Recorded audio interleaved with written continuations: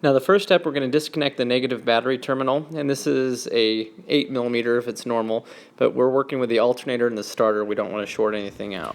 Okay, so we're going to start by removing the front wheels, and we're going to break the lug nuts loose, just a quarter turn on each of them before we lift the car up. Next, we lifted the car and set it on jack stands on the support beams, and we lifted it on the K-member in the middle. Just be careful it doesn't slip. If you want to do it side by side, that's fine too. Now on the Mach 1, there's a few things we're going to remove, just these hoses that come off of the shaker for drainage.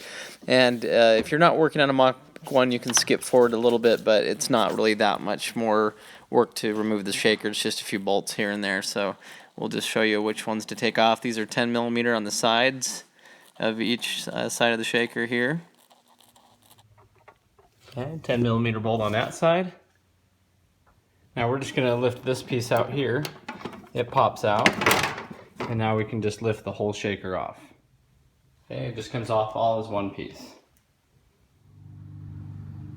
Okay, next for the Mach 1, we're going to remove this bracket here. So these are 13mm. There's one here, here, and here, and then two 10mm up top. Okay, so now we're going to slide this bracket off, and we're going to take this one off anyway to get to the alternator. So it'll just be two more bolts up top, 10mm. Okay, so now we can lift this bracket out of the way. Lift this bracket out of the way.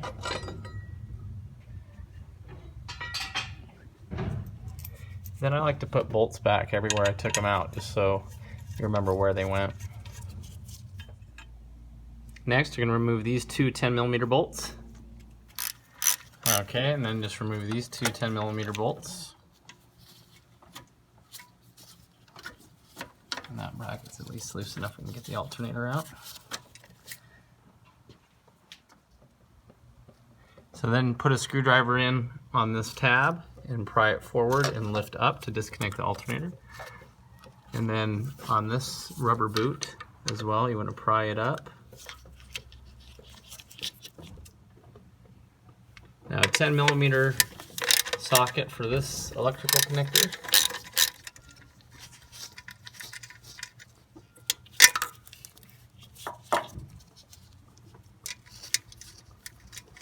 That back so we don't lose it. Okay, so now you're going to take a 3/8 inch drive. If you're using a 1/2 inch drive breaker bar, you're going to need the reducer here to put that into the pulley for the tensioner.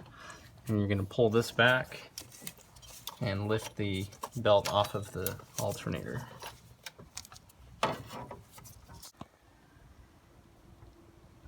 Okay, now we're going to take out the two bottom alternator bolts, 10mm, one on each side. Okay, and then for this side, a ratcheting wrench works really well, because the water pump rim makes it hard for a socket. Okay, if you're careful, you can bend these tabs up. They're soft, just don't break them, and then you can get the alternator out that way. So next, remove the rest of the lug nuts and remove the wheels. Okay, so coming in from the wheel here, you're going to be able to see the motor mount bolt right there. Okay, so the motor mount bolts are 22mm, and they're up here in the K-member. So if you look, here's the oil filter. It's back in there in that little window. So just to show you how to get into that, here's the wheel. Work your way into here, and you'll see it right there. So the way to get onto this is with a 22mm socket. It's kind of big, and I have a U-joint on it so that I can get it straight onto it. So there's the 22mm socket, the U-joint attachment, and then extensions that are going through that little window. So that's how I'm getting onto that bolt. Okay, so now we're just going to break that loose and remove that nut.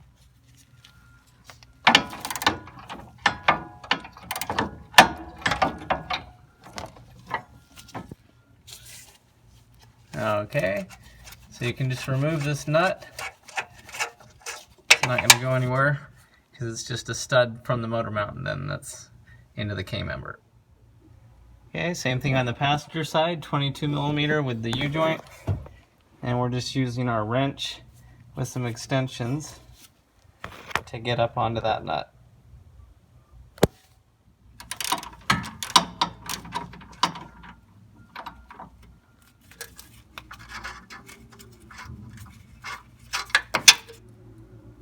Okay, so we follow the motor mount up. There's also some ground wires that are held on by that 15 millimeter bolt right there, so we're going to remove that one. Okay, so for that one I'm using 15 millimeter deep socket, a U-joint, and then a ratchet. Okay, and so with these, it's a good idea to saturate them with some liquid wrench. But when you get the nut off, we're just going to pull the harness just off of the motor mount.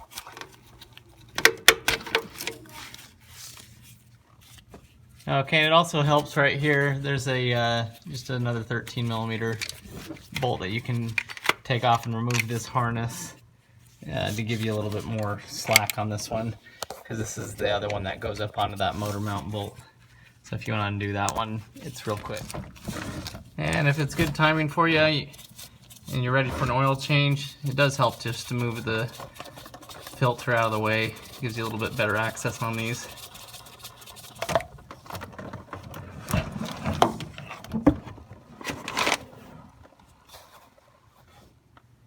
So the oil filter out of the way, you can see these two 15 millimeter nuts that are on that motor mount bolt. And so that's going to be a lot easier with the oil filter out of the way just to get those two off. Now you can see this ground wire is starting to pigtail a little bit, so I just came over here and took off this 10 millimeter bolt here, and that way we can disconnect that ground and unravel it so it doesn't twist and break. And so now we can continue to remove that nut and bolt there. So on this ground, the problem you can see is the nut didn't come loose, the whole stud came loose. So you can do that, and if you have an impact, it might break this one loose faster and get these two to separate, or you could try putting a wrench on this top part of it and then breaking the nut off. But if the whole thing comes out, it's okay. Now this can be really frustrating because as you start to loosen that bolt, the whole harness will spin, since it's not taking the nut off, it's taking the whole bolt out. So you can try to put a wrench up on there to hold the top bolt while you remove the nut. Sometimes if you can get an impact on it, you can tighten it real quick and then loosen it real quick, and it takes just the nut off. Okay, so tighten it all the way, and then when you loosen it, sometimes just the nut will come off, which is what we want to happen. See, so that worked how it was supposed to. I was able to get just the nut off, and now the stud was still up in there, and we'll just pull this harness right off.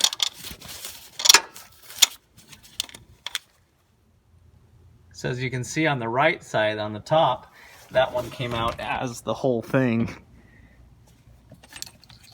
So this ground has the stud in it and the nut. So once again, tighten the nut up as tight as you can and then remove just the nut. And sometimes that works best with an impact gun. Okay, and I went ahead and just put the filter back on for now, and I will change the oil entirely on this when we're done with the project. Okay, so next I brought in this engine support bar, and so you want it set up so it's pretty straight. You can tighten these down to fine tune it and everything, but this is nice. We're setting it inside the engine bay on the inside crease here. Don't put it on the fender. So it's on the insides over here and here. And then we just have our chains going down here.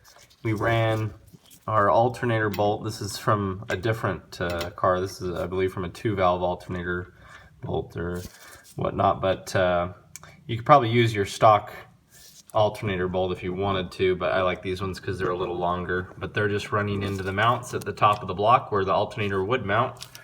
And so the chains are hooked onto here, and we're using both of these for the weight of the engine. So anyway, that's going to hold the engine up in place, because on the 32 valve you really don't have a lot of room here. If you start lifting the engine, you're going to start hitting the firewall adjuster and the brake booster, and some other lines and all that. So in this case, I mean, when I've pulled engines before, you drop the transmission and you change angles and then you can lift things out of the way, but where everything's staying in its place, we're just gonna leave this tight and then drop the K-member down. And just by comparison for the 2-valve, look at how much room you have to lift the engine before you even hit any of these things. So on the 2-valve, you may be better off lifting the engine, but on the 4-valve, you're better off dropping the K-member. So if you do have a Mustang GT, there is some room here. As I mentioned, you might want to try just lifting the engine up and avoid the whole K-member thing. Maybe you'll have to loosen the bolts on the K-member at worst, but if not, you can follow the rest of the video. Okay, so we've brought the transmission jack in, and it's being put right here under the K-member to support it. Okay, so we're going to come under the car here by the oil pan, and you're going to look up in here by the motor mount, and then you have your steering shaft that's coming through. So we're going to remove that 13mm bolt right there in the middle of the screen, and so that way as we drop the K-member, the steering shaft can slide apart. Okay, next we're going to take a 15mm socket and come down on this top bolt for the sway bar, and then as you spin it, the whole thing spins, so then you need to take this 3/8" wrench and hold it here while you remove the nut. So then you can take off that nut and then you can just pull up on this, and we're just going to leave it like that, and that will give this some travel. It may not need to come all the way off, we'll see as we drop the K-member. Okay, now just repeat on the passenger side. Okay, now we're going to come in here and we're going to take a 1/4" drive and take out this little tiny bolt here for the ABS sensor. Okay, so that little bolt comes out and then the ABS sensor just pulls straight out. Okay, next we're going to remove this 24mm nut. And that way we can pull this bracket off. And we just want the ABS sensor out of the way enough that we can get to these bolts. So these nuts right here are 24mm, and it's a 21 on the back side. So go ahead and just, you may need to hold these ones still while you break those ones loose, or vice versa. But you'll need a socket on each end most likely so that it doesn't just spin. So we'll remove these 2 bolts here. Okay, then if you want to come in and support that control arm with a jack, sometimes that helps just to lift and lower until these are just at the right tension to pop right out. So just knock both of those out. Okay, so now you can zip tie or wire through the strut here into the knuckle. The whole idea here is when we drop the K-member, this would keep the K-member from coming down, so this just gives us a little more leverage for everything to be able to fall. You do not want to put tension on the brake lines here, so make sure that this isn't just hanging freely, so support it somehow. So I'm going to come in here with a 10mm ratcheting wrench and remove that bolt too, and it's going to remove this bracket that holds the brake line just to give us some more room so there's no tension on this. Okay, now we're going to repeat all those steps on this side, and if you have one of these bendy head wrenches, that really helps to get that one out. Okay, so the passenger side's now down. Just a little recap here. You want this not hanging all the way down, so with some wire, tie it to the strut. We just need that extra give when it's time to drop the K-member. And so the ABS sensor we pulled out so that it's not being yanked on, and you just want to make sure there's not a lot of tension on the brake line, so we ended that bracket there. Now, an alternative, you may be able to just undo these 3 bolts and drop the strut down. It may be kind of hard to line it back up, but anyway, this is one way to do it. You could try from the top if you wanted. Okay, so make sure that your transmission jack or other jack is holding the K-member, because you don't want it to come down. And so on the K-member there's 2 18mm bolts up in here, so they come out at the top here. And so the idea is, what you want to do first is remove these bolts See, there's one there, and the other one there. And those are both 18 millimeter. Then we're going to come over here and we're going to drop these 15 millimeter bolts. And so just remove them most of the way. What I'd do is I would take it all the way out and then thread it back in just a little bit and do that on each of those. We're going to do that on both sides. Okay, so our 15 millimeter bolts are down here and the 18s are pretty much all the way out there, but they're still connected. Okay, so now we've just lowered the K-member down. Sometimes you have to get a little pry bar in here to get it to move. And now we're just taking off the bolts that hold the actual motor mount on. So there's one back there, and then there's the ones that we were already working on that had the ground wire and the body harness on. So we're just taking that one out. Those are 13 millimeter. Okay, and the steering shaft, which we disconnected earlier, now just slides up. Just pull it up and out of the way. And you can see with these bolts removed, this motor mount is loose. We're pretty close to being able to get it out. Okay, so then we're just able to slide this motor mount out the side here and down. And here it is. Okay, over on the passenger side, we're just taking out the 13 millimeter bolts here for the motor mount on this side. So they're out and it's loose now. So it's just the one up here, one below that, and then the one here on the left-hand side. So we're just gonna have to pull this out and pull it towards us because the starter's in the way. Okay, so here's the new motor mount is in. We just put this back over the stud, the harness for the wiring, and then we're just putting the nut back on top here to hold it in place. And once again, if you removed this front mount to give you a little more room, just put it back on. Okay, so we've tightened down all the bolts for the new motor mounts. They're in. Now there's this heat shield on the front of it, and it's kind of flimsy. So if you want, you can take some of this for gasket and put it on there just as a temporary glue, and it helps hold things in place. Okay, so we just lifted the K-member back up. We lined up all the bolts as we were doing that. We made sure that the steering shaft, okay, is pointed forward and getting back onto, and put in the bottom 15 millimeter bolts here, and those ones were 18. So as you're lifting the K-member, don't tighten down any bolts all at once. Just get them all starting and tighten them all down when it's together, but don't tighten down one side only or it won't line up. It helped as well. We had another jack in here lifting on this rear support bar there, and the other jack was lifting right on the K-member, but the K-member had to kind of go up and then pivot a little bit and go up. So it's a two-person job for sure. Make sure you have a friend to help you line everything up, and then tighten it all down.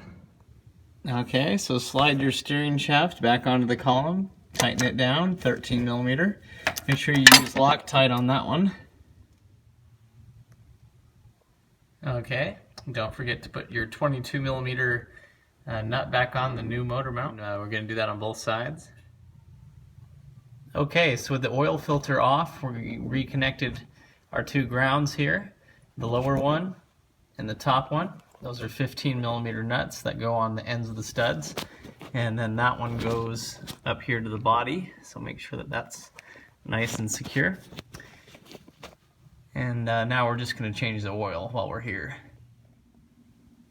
Okay, so we used our 10 millimeter wrench to put the brake line back up here, and then we lifted up on the control arm.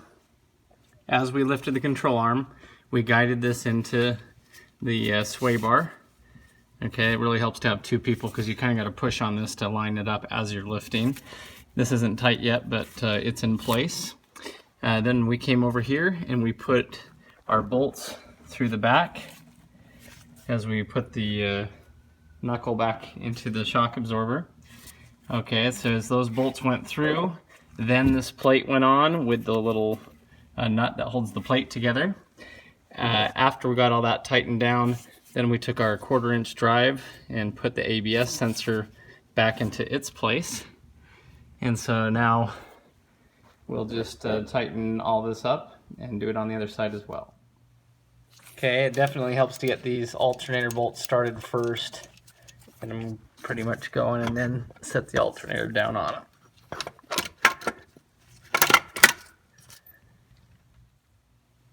Okay, drop the alternator back down. We'll just bolt it up now. Okay, so the alternator's back in. We have the bracket that went this way and then that way. All those bolts are in, and this one goes under. So we're good there. We're just gonna go ahead and plug the alternator back in. And then we're just gonna put the nut back on there so I wouldn't lose it, but we're gonna go ahead and just tighten this back down. Okay, then we're just going to put our boot back over that. Okay, just slide your boot back over that connection when it's tight.